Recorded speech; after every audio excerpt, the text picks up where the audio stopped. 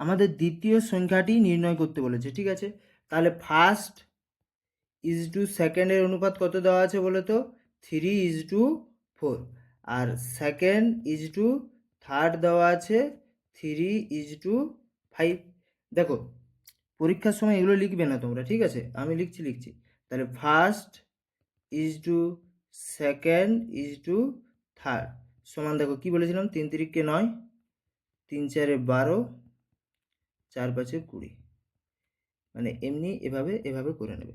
এবার দেখো দ্বিতীয় সংখ্যাটি আমাদের যেহেতু নির্ণয় করতে বলেছে, তাহলে 12 মাল্টিপল চেক করে নাও, এখান থেকে ডাইরেক্ট উত্তর পেয়ে যাবে। এটা 12 দ্বারা কাটে না, সিটাও 12 দ্বারা কাটে না, ডিটাও 12 দ্বারা কাটে না, এই অপশান রাইট উত্তর। বা তোমরা যদি করতে চাও করতে পারো।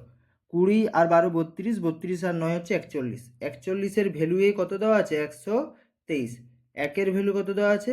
3। আমার 12-র ভ্যালু বার করতে হবে, সেকেন্ড নাম্বারটা। তাহলে 12-র ভ্যালু 3 × 36। এই অপশান রাইট।